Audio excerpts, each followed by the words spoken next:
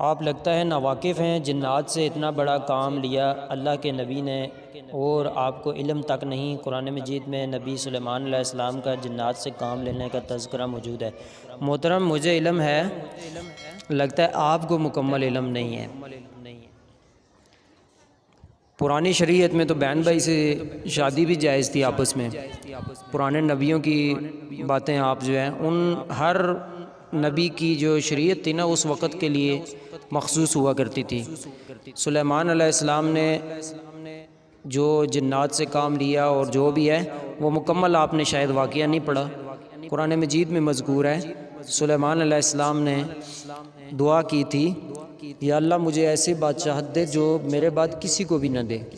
یہ اسی دعا سے ثابت ہو جاتا ہے ان کو جو اللہ نے یہ ہواؤں پر وہ حکومت کرتے تھے، جنات پر، چیونٹیوں کی باتیں سن لیتے تھے، ہیں جی، وہ کسی کو بھی حکومت نہیں مل سکتی۔ وہ حتیٰ کہ نبی علیہ السلام نے ایک جن کو پکڑا، ٹھیک ہے، باقاعدہ یہ حدیث میں مکمل وضاحت سے موجود ہے، کہا میں نے اس کو چھوڑ دیا۔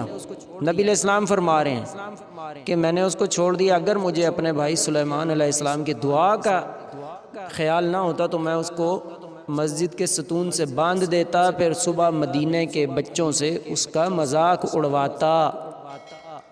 ثابت ہوا کہ نبی علیہ السلام نے بھی جن کو کیا کیا، اللہ نے اگر چاہتے اللہ سے مدد مانگ کے اس کو کر سکتے تھے قید۔ نبی علیہ السلام کے جب تک اللہ کی مدد نہ ہو، ٹھیک ہے، ثابت ہوا نبی علیہ السلام نے بھی یہ چیز پسند، جنوں سے کام لینا پسند نہیں کیا۔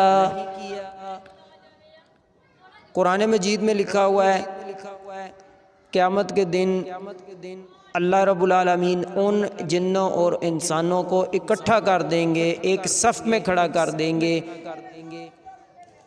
جو آپس میں مدد کیا کرتے تھے، ایک دوسرے کی مدد کیا کرتے تھے، ٹھیک ہے۔ تو یہ چیز باقاعدہ قرآن اور حدیث کے اندر موجود ہے تفصیل کے ساتھ کہ جنوں سے کام لینا جائز نہیں ہے۔ نبی علیہ السلام نے جن کو پکڑ کے چھوڑ دیا۔ نبی علیہ السلام کے پاس ان کے وفد آتے تھے، خود تبلیغ کے لیے ان کے پاس جاتے تھے، لیکن کسی سے کام نہیں لیا، ٹھیک ہے۔ اور دوسرا جو میں نے آپ کو قرآن کی آیت کا حوالہ دیا ہے، نبی علیہ السلام کے اوپر جو قرآن اترا ہے اس کے اندر سے آیت میں نے اٹھا کر آپ کو بتائی، ٹھیک ہے۔ ان سے کیا ثابت ہوتا ہے؟